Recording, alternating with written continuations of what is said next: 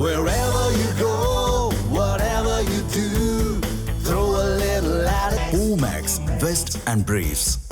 சேலம் சென்னை தேசிய நெடுஞ்சாலையில் தீப்பிழம்புகளை வெளியிட்டபடி அடுத்தடுத்து விபத்துகளை ஏற்படுத்திவிட்டு நிற்காமல் அசுர வேகத்தில் பறந்த காரால் வாகன ஓட்டிகள் பீதியடைந்தனர்.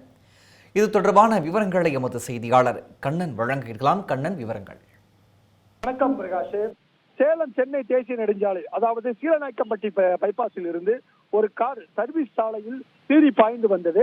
இந்த காரின் வலது பக்க டயர் வெடித்ததன் காரணமாக அதனுடைய ஆக்சில், அதாவது பிரேக், இது எல்லாமே தரையில் அசுர வேகத்தில் அது பட்டதன் காரணமாக தீப்பிழம்புகளை கக்கியபடி வந்தது. இந்த கார் சன்னியாசி குண்டு பகுதியை வந்த நிலையில் அந்த காரில் ஓட்டியவர் கஞ்சா போதையில் அசுர வேகத்தில் ஓட்டியதன் காரணமாக அந்த பகுதியில் நின்று கொண்டிருந்தவர்கள் மற்றும் அந்த பகுதியில் சம்பளம் வாங்கி கொண்டிருந்த கூலி தொழிலாளர்கள் பலர் நின்று கொண்டிருந்தனர். அவர்கள் மீது மோதியது. குறிப்பாக இரண்டு சக்கர வாகனத்தில் மோதியது.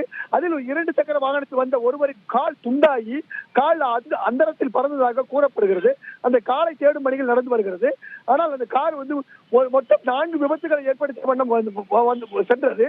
அது மட்டுமின்றி ஒரு காரின் மோதி நிற்காமல் சென்றது. இதனால் பல இருசக்கர வாகன ஓட்டிகள் அந்த காரை துரத்தியபடி கத்தியபடி அலறி அடித்து ஓடிக்கொண்டும் காரை துரத்தி சென்றனர்.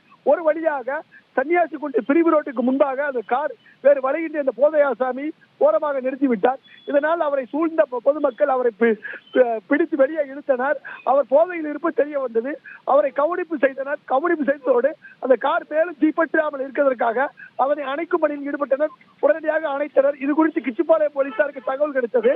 அதன் பேரில் போலீசார் சம்பவ இடத்துக்கு அந்த போதை ஆசாமியை மீட்டு தற்போது விசாரணை நடத்தி வருகின்றனர்.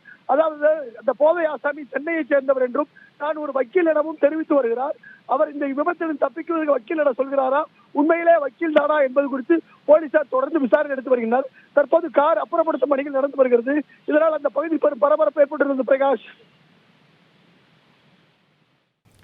விவரங்களை வழங்கியமைக்கு நன்றி கண்ணன்.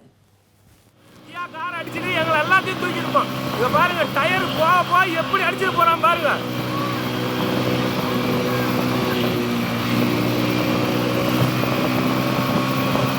பாருங்க பாருங்க,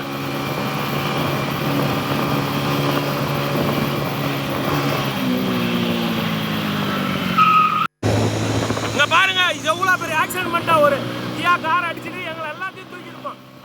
தமிழ் ஜனம் சேனலை சப்ஸ்கிரைப் பண்ணாம பார்த்துட்டு இருந்தீங்கன்னா மறக்காம சப்ஸ்கிரைப் பண்ணிடுங்க.